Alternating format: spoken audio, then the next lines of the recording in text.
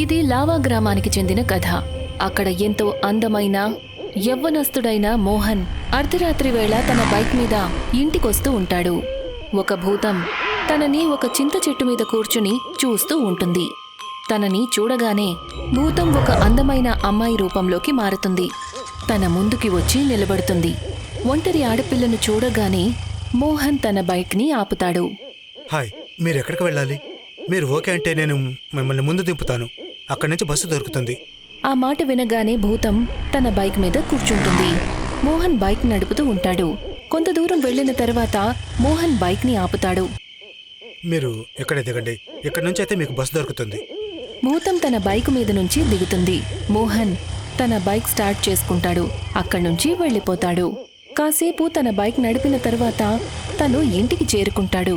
అక్కడికి వెళ్లి చూసేసరికి ఆ అమ్మాయి అప్పటికీ తన వెనకే కూర్చొనుంటుంది. అరే, మీరు అక్కడ దిగారు కదా, మరి ఇక్కడికి ఎలా వచ్చారు? విషయం ఏంటంటే చాలా ఆలస్యం అయిపోయింది. బస్సు దొరుకుతుందో లేదో, అందుకే మీ ఇంటికి వచ్చేద్దాం అనుకున్నా. నేను రేపు ఉదయం వెళ్ళిపోతాను. కానీ మీకేదైనా ఇబ్బంది ఉందంటే చెప్పండి, నేను వెళ్ళిపోతాను. అరే లేదు లేదు, మీరు ఇవాళ రాత్రికి ఇక్కడే ఉండండి. రేపు ఉదయం వెళ్ళిపోవచ్చు. మోహన్ ఇంటికి చేరుకుంటాడు. డోర్ బెల్ కొడతాడు. తన భార్య అనన్య తలుపు తెరుస్తుంది. అనన్య తన భర్తని హత్తుకుంటుంది. అది చూసి భూతంకి కోపం వస్తుంది. అప్పుడే అనన్య భూతంని చూస్తుంది. అరే, ఈవిడెవరు? నువ్వే అడుగు. నాకెంతవరకు ఏమీ తెలియదు. దారిలో కనిపించింది, నేను లిఫ్ట్ ఇచ్చాను. ఇవాళ రాత్రికి ఇక్కడే ఉంటుంది. రేపు ఉదయాన్నే వెళ్ళిపోతుంది. మీ పేరేంటి? అది సుకన్య. మీరు కూర్చోండి, భోజనం వడ్డిస్తాను. అనన్య కిచెన్లోకి వెళ్లి భోజనం తెస్తుంది. నువ్వు నాకు చెప్పనేలేదు నీకు పెళ్ళయింది అని. మీరు నన్ను అడగలేదు కదా. నేను నిన్ను పెళ్లి చేసుకోవాలి. ఏం మాట్లాడుతున్నారు మీరు? నాకు ఆల్రెడీ పెళ్ళైపోయింది. అప్పుడే భోజనం తీసుకుని అనన్య వస్తుంది. ఏం మాట్లాడుతున్నారు మీరు? ఆయనకి ఆల్రెడీ పెళ్ళైంది. మిమ్మల్ని ఎలా పెళ్లి చేసుకుంటారు? మీరు రాత్రంతా ఉండండి, కాని రేపు ఉదయాన్నే మీరిక్కడ్నుంచి వెళ్ళిపోవాలి. నాతో పాటు మోహన్ వస్తే నేను వెళ్తాను, లేకపోతే నేనిక్కడే ఉంటాను. నువ్వు ఎలా వెళ్ళవో నేను చూస్తాను. పద, వెళ్ళిక్కడ్నుంచి. ఎప్పుడైతే అనన్య భూతంని ఇంట్లో నుంచి తరమాలనుకుంటుందో అప్పుడు భూతంకి కోపం వస్తుంది. అప్పుడు ఆమె తన అసలు రూపం భూతం రూపంలోకి వస్తుంది. ఆమె చాలా సన్నగా, పొడవుగా, నల్లగా ఉంటుంది. మొహం పచ్చగా, ఎండిపోయి భయంకరంగా ఉంటుంది. అది చూసి అనన్య భయంతో వణికిపోవటం మొదలు పెడుతుంది. శక్చున్ని భూతం తన చేతులతో అనన్య పీక పిసికేస్తుంది. అనన్య భర్త మోహన్ తనని కాపాడ్డానికి వస్తాడు. కాని శుక్చున్ని అనన్యాని వదిలిపెట్టలేదు. ఆమె పీక పిసుకుతుంది. అనన్య అక్కడే చనిపోతుంది. శుక్చున్ని అనన్య చనిపోవడం చూసి భయంకరమైన గొంతుతో నవ్వుతుంది. ఆ నవ్వు మొత్తం లావా గ్రామమంతా వినిపిస్తుంది.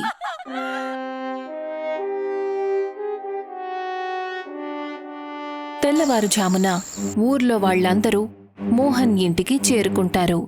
అందరూ అనన్య శవాన్ని చూసి భయపడిపోతారు. తన శవాన్ని చూసి ఎలా అనిపిస్తుంది అంటే ఏదో భూతం తనని చంపేసిన తరువాత తన రక్తాన్ని తాగేసింది అన్నట్టు.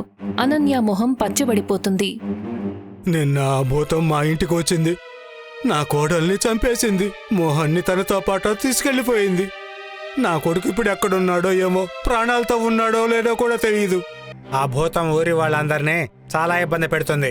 నేను విన్నాను, తను ఒక అందమైన అమ్మాయి రూపంలో మారి తిరుగుతూ ఉంటుందట. అవును సర్పంచ్ గారు, నిన్న రాత్రి నాకు కూడా ఒక అమ్మాయి కనిపించింది. నన్ను అడిగింది నీకు పెళ్ళయిందని. బహుశా ఆవిడే భూతమై ఉంటుంది. ఈ విషయంతో మనకు ఒకటి పూర్తిగా అర్థమయ్యింది. ఆమె ఒక భూతం మాత్రమే కాదు, పిచ్చిది కూడా.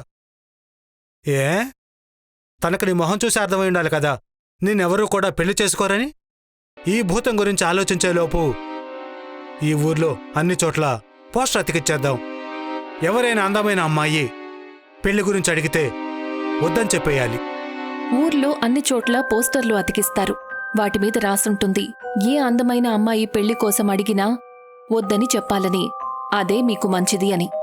ఊర్లో అన్ని చోట్ల పోస్టర్లు చూసి ఊర్లో అబ్బాయిలు భయపడతారు. ముందు అబ్బాయిలు అమ్మాయిల్ని ఏడిపించేవాళ్లు, ఇప్పుడు అమ్మాయిలు అబ్బాయిలను ఏడిపిస్తున్నారు. ఊర్లో కొంతమంది అబ్బాయిలు వీధి చివర నిలబడి ఉంటారు.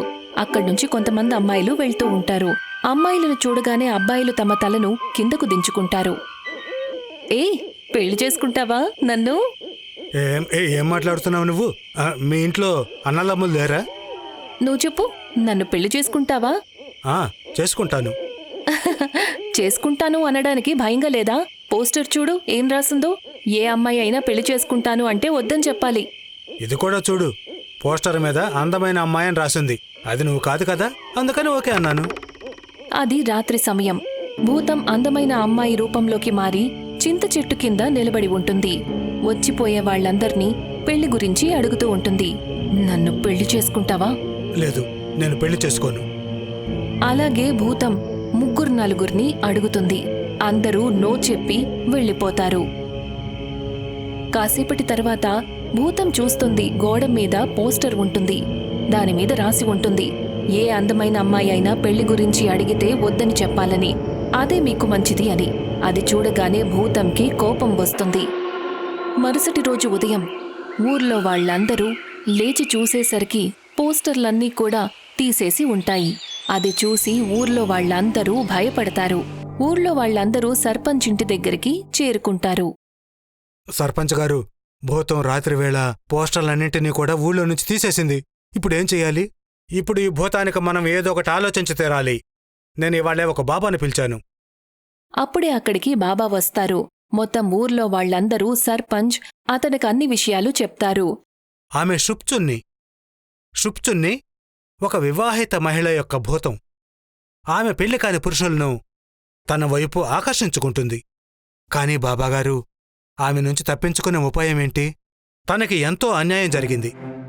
తనకి న్యాయం జరిపించేంతవరకు కూడా ప్రతి అబ్బాయి, పెళ్ళైన వాడైనా పెళ్లి కానివాడైనా, ఒక అమ్మాయితో కలిసి బయటికి వెళ్తుండాలి. షుప్చున్ని కనిపిస్తోంది వాళ్ళు పెళ్ళైన వాళ్ళు అని. ఇవాళ మొదటిసారి మన సింగిల్ అబ్బాయిల కోసం ఎవరో మంచి చట్టం తెచ్చారు.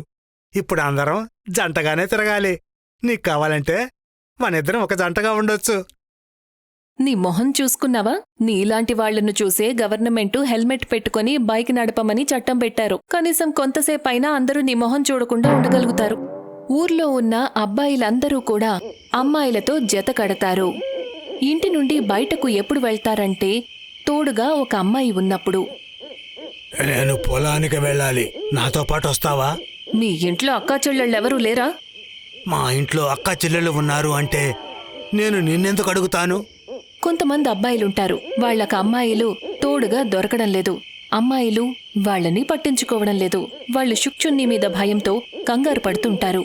అందరూ జంటలుగా తిరుగుతున్నారు. ఇంకా చెప్పాలంటే చెప్పులు కూడా జంటలుగా తిరుగుతున్నాయి. నాకే ఎవరు కలవడం లేదు. ఇక షుప్చున్నుతో నేను జంటగా తిరగాల్సి వస్తుందో ఏమో. ఊర్లో ఉన్న వాళ్లందరూ కూడా జంటలుగా ఏర్పడి ఇంట్లోంచి బయలుదేరతారు. ఒంటరి ఆడపిల్లలు కూడా అబ్బాయిలను షుప్చున్ని నుండి కాపాడ్డానికి కుంకుమ దిద్దుకుని వెళ్తుంటారు. రాత్రి సమయం. షుప్చున్ని రోడ్డు చివర అందమైన ఆడపిల్లగా తయారయ్యి నిలబడి ఉంటుంది. తను చూస్తుంది, ఏ అబ్బాయి అయినా అక్కడ్నుంచి వెళ్లేటప్పుడు ఎవరో ఒక అమ్మాయిని తీసుకుని వెళ్తుంటాడు. తనకి ఒక్క అబ్బాయి కూడా ఒంటరిగా కనిపించలేదు. ఒకే అమ్మాయి చాలా మంది అబ్బాయిలతో తిరుగుతోంది. నన్నందరూ మోసం చేస్తున్నారు. షుప్చున్ని కోపంతో తన వాస్తవిక భయంకరమైన రూపంలోకి వస్తుంది.